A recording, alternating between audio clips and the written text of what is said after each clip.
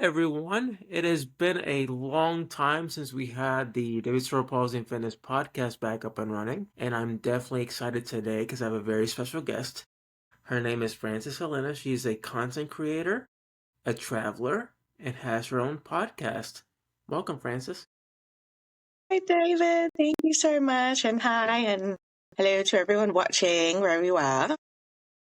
Yeah, I'm definitely excited to have you today. And like I mentioned earlier, you are an individual of many trades. So if you want to start by elaborating a little bit about yourself and when did you start each of those trades and what have you done that's been very significant to you? Yeah, I think there's so many things that I've done that's really significant. So I'm actually hearing impaired. I became hearing impaired just before COVID. But I've always been a creative, and I'm also come from a ethnic background. So my mom's Filipino, but my dad is originally from the UK.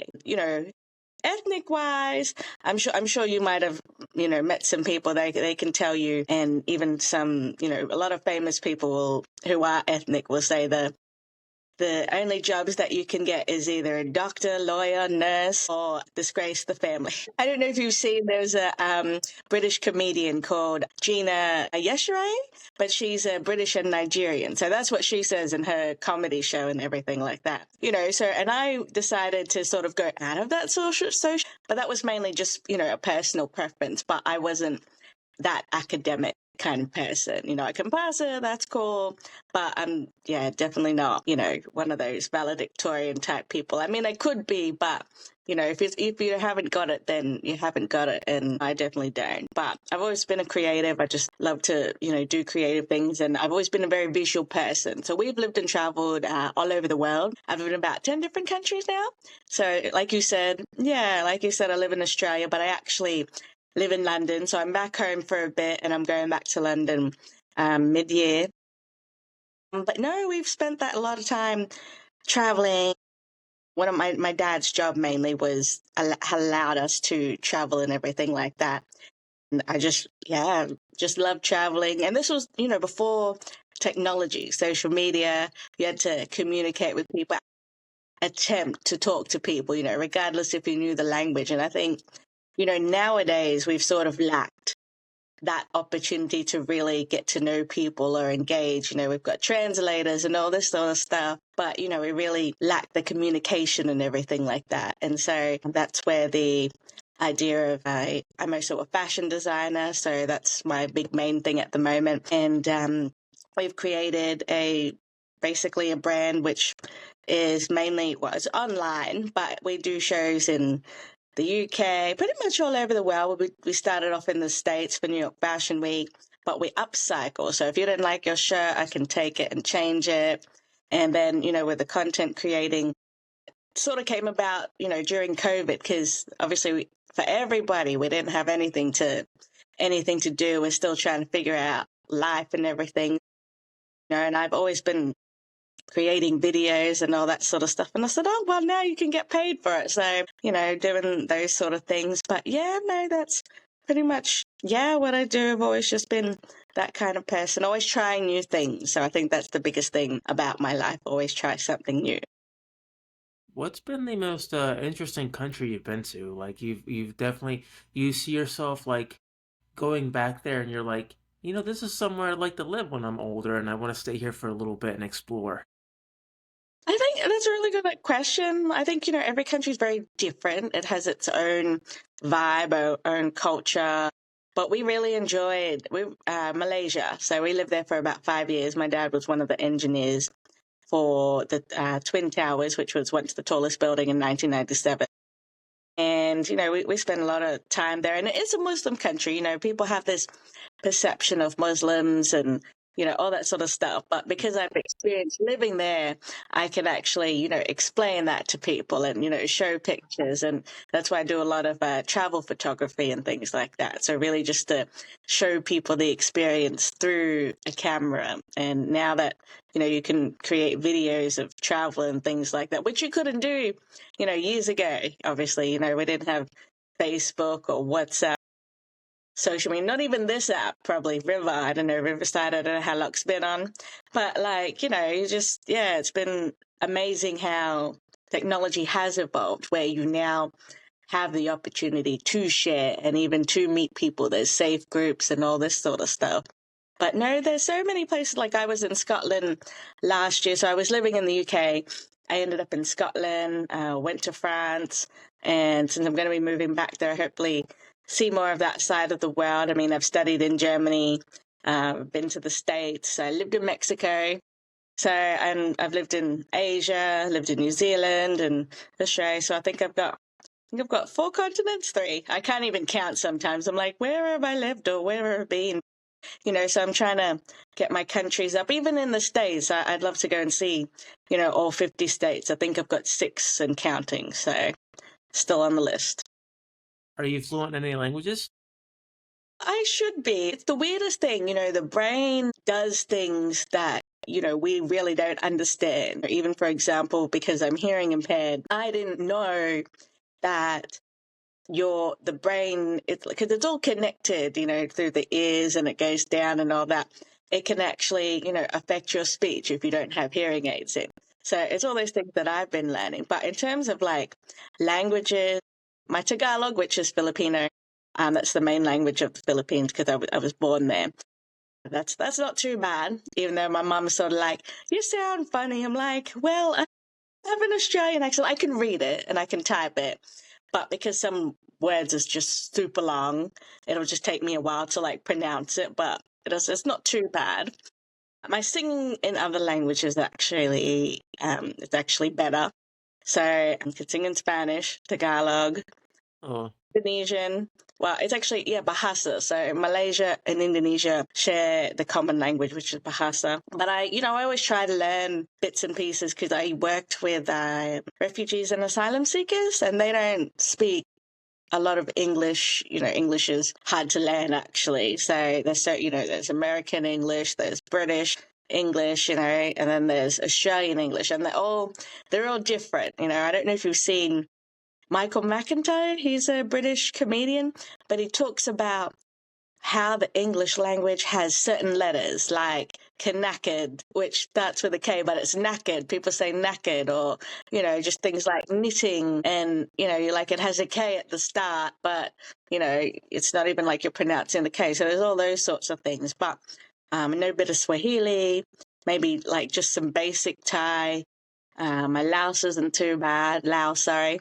Papua New Guinea Pidgin. And they were a lot of the times basically learning a language, even if you mispronounce it, it's really an icebreaker, especially to people who don't speak, English as a first language. So, you should at least attempt, even if you get it wrong, like it's okay. At least you're trying. So, and I struggled with French last year when I was in France. I was in a city called Rennes, and no one else speaks English in this tiny town where I was. So, yeah, it was just like I had to try to use the app and then go into the shop and order something and just point to food and yeah. So, there's ways around it.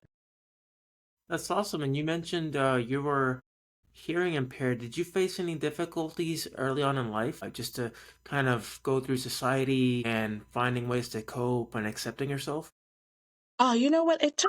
Honestly, it took me a really long time because I wasn't born hearing impaired. So I used to have, epic hearing. I could hear even if all the sound in the house was on, TV, fan, whatever it is, and there's other people talking in the house, I could hear what they were saying.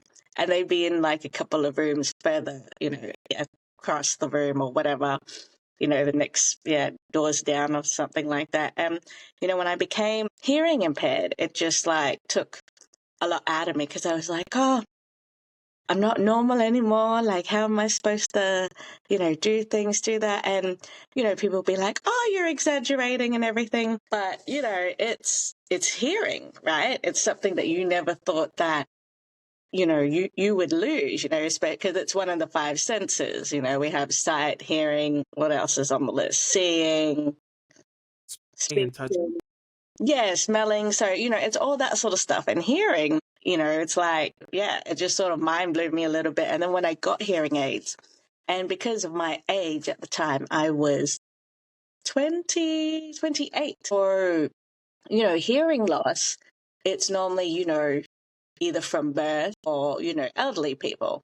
So because of my age, I couldn't get hearing aids. So in Australia, at the time at least, you just couldn't get anything. And so I had to fundraise money. So I think at the time it's about 3,000 Australian dollars. So yeah, and then it was just like a whole nother world for me. And so when I first put my hearing aids on, I was like, what's that sound? I could hear sounds that I haven't heard in so long because, the brain and the hearing, because it's all connected, hasn't registered for a long time certain sounds. I'm like, what's this? What's that? But I learned to sort of, I guess, just deal with it. Like with everything I've done, really, I've just learned to endure it and just keep going and just, figure it out and just really make the most of it. So after saying to myself, it's okay, just keep going, really. So yeah, it's really but it's definitely a big life changer. So, I've learned to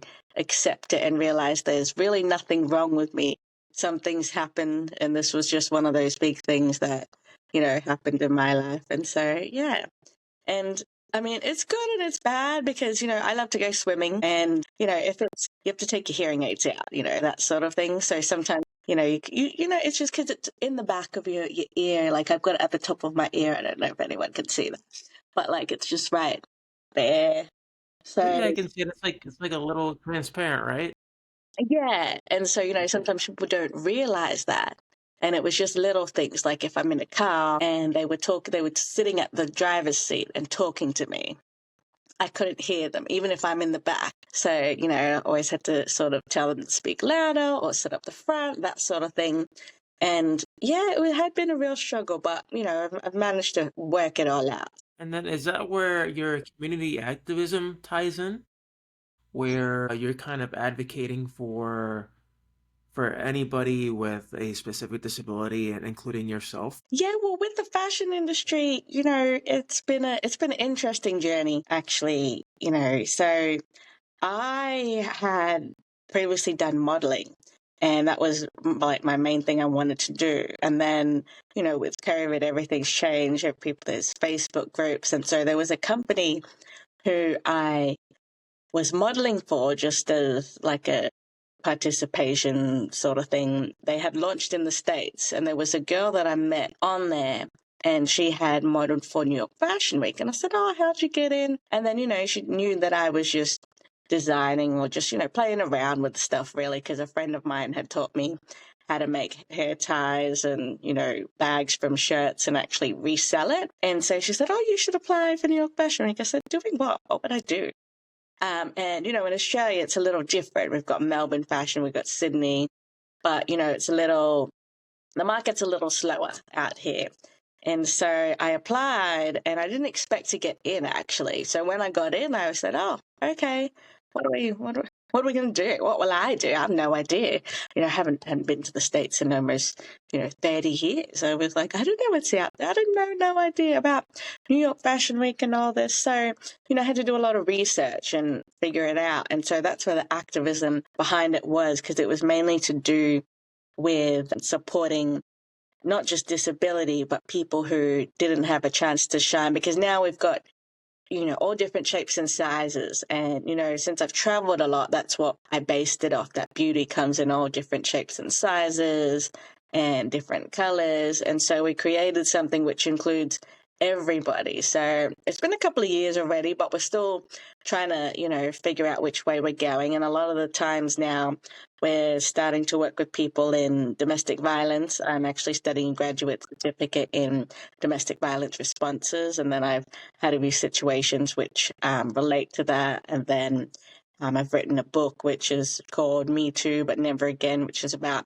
certain things that have happened in my life. But it's really about encouraging people to try something new and to not be afraid. We've had people who had never modeled before, but now they're everywhere. We had one fella, Anthony Knight. You could probably search him up. He's everywhere. He had never modeled at all. And now he's just modeling all the time because he's actually an actor. Some movies, I think Good Burger too, but he's just everywhere. He's been on billboards. He's just every time I see his post, he's in New York doing a show, LA, all this sort of stuff. And then we've had people who, one of the girls studied here. She is a domestic violence victim, but she had flown from Ghana to New York, and she had never done all this, and she wasn't sure because she's, you know, a curvy lady, and so she's like, oh, there's all these skinny people. I don't know if I can go on, all this sort of stuff. But she went on and she got voted favorite look by the production. And, you know, whether you're a model or not, there's so many different avenues that people can, you know, just be a part of. We had a family come out from Canada. The husband wasn't very extroverted, but after that night, he became so introverted, his wife can't keep up with him. She's like, he wants to do this, he wants to do that. I don't know what's going on, but this is fantastic. So, you know, it's been a win-win for everybody. It boosts people's confidence, whether you're on the stage or watching. So, yeah, a lot of it is really focused on that. That's awesome. And what you just described, it reminded me of a show I started watching. I don't know if you've seen it on Netflix called Ugly Betty. Yes, yes. Oh my God, I haven't seen that show for years. I Yeah, I remember. just started watching it. God. Yeah, and it kind of reminded me of what you were talking about, and I've been watching. I just started. I just started it just a couple days ago, and I'm on episode 2, where I think their book got stolen from the company, and then in the book there were pictures, unedited pictures of a model in it, Yeah. and they didn't want those pictures to go out there because they were concerned that that model, their image could have been ruined, and Betty was just keeping it for safekeeping at home so nobody would steal it. So someone stole it, and I guess those pictures were out there. And that model, she told her, "Hey, it's okay. That's how I look. I don't let it bother me." And she was trying to just encourage Betty that she was just as beautiful as she is, because Betty's self-conscious about herself and about her looks, about her image throughout the series. Yeah, exactly. It's a really good series if you actually, you know, for those who have seen it and everything. But yeah, it's a really good series. I haven't seen it for a long time, so I might watch it even today, but we'll see. Yeah, sorry, don't mind me. I was just charging the phone because I'm on a phone because the sound wasn't working on the laptop, and I'm like, I hold the phone. No, you're okay. You're okay. I am not a perfectionist at all, so you're good. Yeah, so I mean, it seems like you've had an eventful life so far as your experiences and everything. Yeah. What's the goal with all of this? Or your what's the ultimate goal with it? Do you want to take it like worldwide to where it's like everywhere and not just specific contents and states and countries? Well, I guess the way it's sort of evolved now is that, you know, whether it's the business or content creating, really, it's really sort of just allowed us to go all over the world. And because I've already had that experience before I started the fashion, it was basically like I used to be an event planner, I used to work in events, I worked in hospitality, worked at the daycare center, done all these sorts of things. And I think with that experience, because I was always just dipping myself into stuff, I think that sort of helped it grow more, you know, because my dad always had a saying, if you just try it once, if you don't like it, then you'll never do it again. Like I tried bungee jumping. When I lived in New Zealand, I went bungee jumping off Auckland Bridge. And I don't know if I'd bungee jump again, but I got pictures to prove that I went bungee jumping. But yeah, I'm like, no, I don't know if I'd do it again. You know, at least just, you know, and why not? You know, you only get one shot in life. I think for me personally, I've had a lot of close friends who have already passed away from like cancer, things like that. So I think that was, you know, the biggest thing because you used to talk to them every day and now you can't. So I think, you know, when you get to that sort of stage in life, you're like, well, let's just try it all. And it can be scary. Don't get me wrong. Lived and traveled, you know, everywhere up until I was 12. I had lived and traveled where that was with family. So then when I started traveling, you know, by myself, oh yeah, it's definitely scary, but you just have to, you know, just face it and just keep going. And, you know, there's been so many things that have happened, but, you know, you learn to figure out and work out what, you know, what course it takes you on. So it just sort of really going with the flow and see where it takes us, really, especially with the business. We didn't expect to be that good in, within less than a year. And then, in the last 2 years, well, we're up to three now. We must be up to three. But, we've been nominated for, I think, 6 different categories across 4 different, award things, and, it's not perfect. I think that's the biggest thing that people don't understand is that when it comes to business, we as business owners or even as podcasters, we don't know everything. We're still learning as you go. Like there's no manual to say this is how it's done, etc., etc. It's all trial and error. So, and that's the That's best way. awesome. And I forgot to ask this earlier, or say this earlier, but you have one of the most unique powers, having the hearing aids. Do you ever find yourself like in a situation where you're like, I don't want to listen to this, so you just shut it off? I do. I'll be honest. I work with the daycare. Um, I think I love the kids, but I've done it for so long now that I'm trying to make the business full time, trying to leave it and go full time. But then some days I'm like, I can't actually turn them off, like, because some of the kids will be like, can we do this, And now, hearing aids have changed, so these ones I'm wearing are rechargeable. The first lot I had, you have to keep putting the battery in every couple of days. Yeah, and you'll hear it'll make some beep beep noise that you need to change the battery or all that sort of stuff. But sometimes I do turn the sound down because it is adjustable with the sound, like if something's so loud. And it's amazing now with technology that you can connect it to your phone. Like right now, I'm on Bluetooth with you. So it still connects that way, or even when I have a call, it can just connect. And sometimes it's not perfect. Sometimes I'm like, why is it not connecting? What's happened now? That sort of thing. So it's definitely been a learning process with the hearing aids. Yeah, there's even I think treatments where they can have you or anybody they can have a cochlear implant surgery and have hearing like that where they don't need a hearing aid. It's just a surgery that they have to help you hear. But I'm sure it's super expensive. It's more expensive than getting hearing aids, right? Honestly, who knows? I mean, it's changed so much. I know people who had what's it called? Eye laser surgery, so they don't have to wear glasses now. So, it's changed so much. Doesn't matter what industry you were in, dental, hospital, whatever it may be, it's just changed so much, that people aren't really like, oh, we can do this. Like, you couldn't do this before.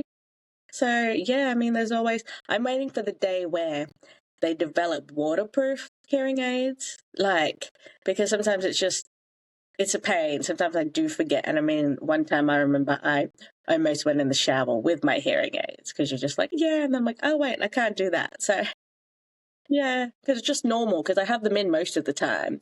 And if I don't have them in, it's only when I'm sleeping. So that's pretty much it. And it's funny because I've met people with hearing aids and they usually have this they a lot of them sign. They do a lot of sign language and things like that, but with you sound very articulate. Like you can't even tell that you have a hearing impairment at all.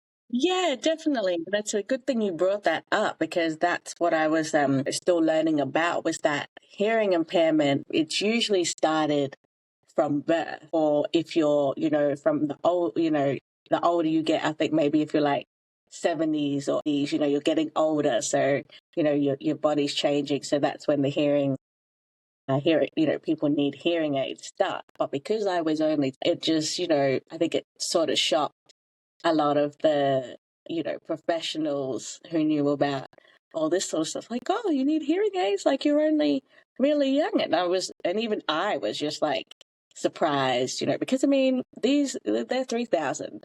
The higher up you go, the better quality, well, they say the better quality you get. But I mean, they can come between $5,000 to $10,000. Not everybody has that kind of money, And so, but in Australia, we're pretty lucky. We've got a good government. So these particular hearing aids, the government has subsidized a certain amount and then you just pay the rest off. So I've been pretty lucky that way. Otherwise, I would definitely struggle because someone I knew had said to me, I can hear that your speech is starting to, be affected and all this. And for me, I didn't know. Obviously, I can't hear myself that way, and I said, oh, I need to get hearing aids. So it was a bit of a struggle. We raised money for the first hearing aids.